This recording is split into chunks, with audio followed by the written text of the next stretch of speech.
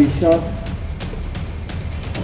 এবং রক্তদান শিবিরে উপস্থিত প্রত্যেককে ধন্যবাদ জ্ঞাপন করে রক্তদান মহোদ্যান আর সেই কর্মেরই উদ্যোগ নিয়েছেন প্রদীপ স্মৃতি সংঘ। বাপি রায়ের উদ্যোগে চাকদায় সরস্বতী পুজো উপলক্ষে হয়ে গেল রক্তদান শিবির। এই মহতী অনুষ্ঠানে উপস্থিত ছিলেন শুভঙ্কর সিংহ সহ আরও বিশিষ্ট অতিথিরা। এই স্বেচ্ছায় রক্তদান শিবিরের পাশাপাশি অনুষ্ঠিত হল সাংস্কৃতিক অনুষ্ঠান। প্রায় 25 থেকে 30 জনের কাছাকাছি রক্তদাতা রক্তদান করেছেন। ভবিষ্যতে আরও সমাজ কল্যাণমূলক কার্যে নিযুক্ত থাকার আশ্বাস দিয়েছেন বাপি রায়। প্রদীপ স্মৃতি সংঘের উদ্যোগে উদ্যোক্তা বাপি রায় আরও কী বললেন এবং উপস্থিত পঞ্চায়েত সমিতির সভাপতি অশোক কুমার মণ্ডল এই রক্তদান নিয়ে কী বললেন শোনাবো।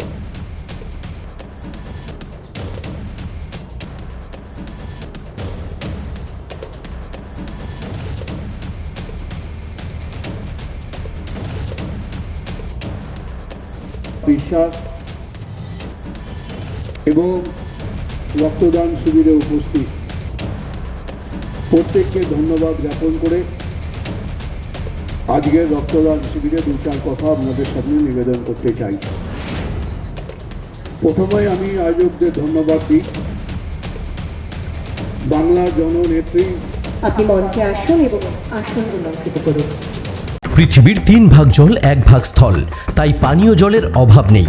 কিন্তু বিশুদ্ধ পানীয় জল একটাই, বৃষ্টি অ্যাকোয়া। প্রতি ফোঁটায় আনে তৃপ্তি, মেটায় তেষ্টা। বৃষ্টি অ্যাকোয়া, বিশুদ্ধ পানীয় জল। রক্তদান শিবির অনুষ্ঠিত হচ্ছে, যেখানে হাসপাতালগুলিতে রক্তের সংকট চারিদিকে, এবং সরস্বতী পুজো উপলক্ষে দেখা যাচ্ছে রক্তদান শিবির হচ্ছে। কি বলবেন?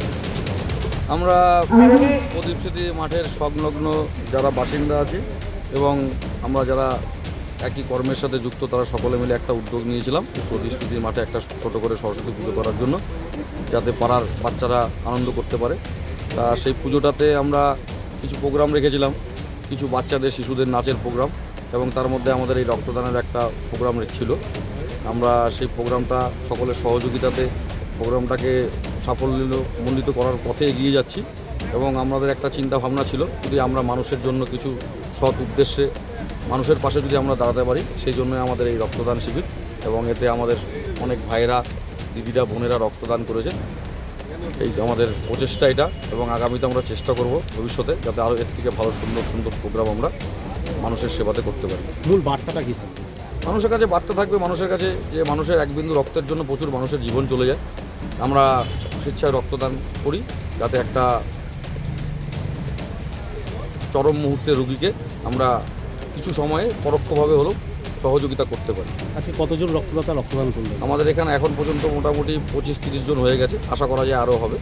এখনও আছে, অনেকে বসে আছে, আস্তে আস্তে করে আমাদের রক্ত নেওয়ার প্রক্রিয়া চলছে। এবার কতক্ষণে শেষ হয় দেখা যাক, কত মানুষ হয় এটা তো এখন বলতে পারবো না, কিন্তু 25-30 জন হয়ে গেছে।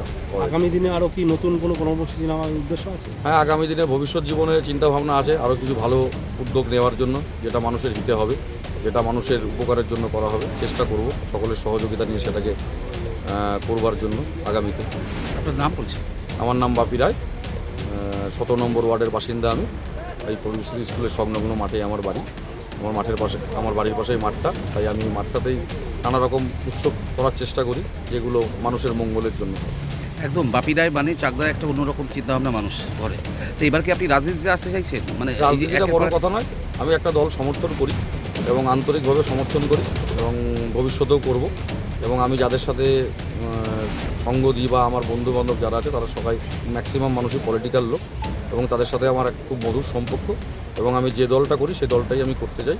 আগামীতে রাজনীতি করবো কিনা সেটা সময়ের ব্যাপার, সময় যেটা শেখাবে সেটাই আমি করব।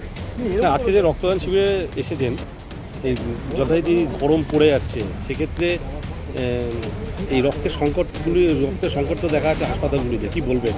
এটা খুব ভালো উদ্যোগ, তার কারণ সরস্বতী পুজো উপলক্ষে আজকে এই যে প্রদীপ স্মৃতি সংঘের যে সরস্বতী পুজো, সেই উদ্যোক্তারা আজকে এরকম একটা মহৎ উদ্যোগ নিয়েছেন। আমি তাদেরকে ধন্যবাদ জানাচ্ছি, তার কারণ যত গরম পড়বে তত রক্তের আকাল হবে, গরমকালে রক্তের চাহিদা বাড়ে এবং মানুষ রক্ত দিতে অহীনা আছে তাকে, সেই রকম জায়গায় দাঁড়িয়ে তারা আজকের একটা শিবির করলেন। অবশ্যই তাদেরকে ধন্যবাদ জানাবো। পাশাপাশি আজকে যে উৎসবের মরশুম চলছে, সেই উৎসবের মরশুমে কেবলমাত্র তারা উৎসবের মধ্যে না থেকে, পুজোর মধ্যে না থেকে তাদের যে সামাজিকতা সেই দায়বদ্ধতাটা তারা আবার নতুন করে প্রমাণ করলেন। আমি ধন্যবাদ জানাবো এই সংঘকে, বিশেষ করে বাপি রায়কে তার এই মহৎ চিন্তাভাবনার জন্য। আজকে আমাকে তারা এখানে আহ্বান করেছেন, আমি তাদেরকে ধন্যবাদ জানাচ্ছি। আশা রাখছি আগামী দিন তারা আরও বৃহত্তর পরিবারে মানুষের স্বার্থে এরকমভাবে আরও রক্তদান শিবির তারা অনুষ্ঠিত করবে। নদিয়া জেলার সবথেকে বড় বিল্ডার্স চাকদার মা মনসা বিল্ডার্স রড ও সিমেন্টের পাইকারি ও খুচরো বিক্রেতা। মা মনসা বিল্ডার্স, পদ্মবিলা, চাকদা, নদিয়া। রড কেনাকাটায় থাকছে ডিসকাউন্ট অফার। মা মনসা বিল্ডার্স। নদিয়ার সবথেকে বড় English medium school JRS public school প্রায় 35 বিঘা জমির ওপর গড়ে উঠেছে বিশাল ক্যাম্পাস। নার্সারি থেকে শুরু করে উচ্চ মাধ্যমিক, ITI college, law college, B Ed college ভর্তি চলছে। JRS public. আপনি কোথায় ইনভেস্ট করবেন, কেন করবেন বুঝতে পারছেন না তো? সঠিক গাইডলাইন পেতে আজই আসুন নদিয়ার চাকদাতে নিবেদিতা প্রাইভেট লিমিটেডে। Nivedita private limited, marketing and distribution service. Balcony বা সিঁড়ির রেলিং, মডিউলার কিচেন বা ড্রয়িং রুম, এক কথায় আপনার স্বপ্নের বাড়িকে করে তুলুন আরো সুন্দর। Chakda ply centre, gorgeous look বা কোয়ালিটি সবে 3 নম্বর 1 Chakda ply centre. Chakda ply centre, KBM, Chakda, Nadia. হোমওয়ার্কটা করেছো? হ্যাঁ স্যার। এ বাবা, ভুল করেছো কেন? চোখে কেমন ঝাপসা দেখছি, লিখতে আর পড়তে খুব সমস্যা হচ্ছে।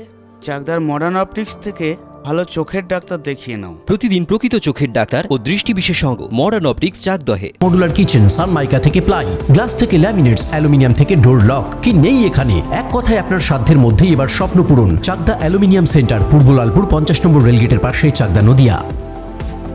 ভাবছেন 3 স্টার ক্যাটাগরিতে কাটাবে? রুম রে মাত্র 1500 টাকা থেকে স্টার, খাওয়া দাওয়া রিজনেবল প্রাইস। নদিয়ার একমাত্র 3 স্টার ক্যাটাগরি হোটেল এনবি সোনার বাংলা হোটেল, কল্যাণী এইমসের ঠিক উল্টো দিকে, কল্যাণী, নদিয়া।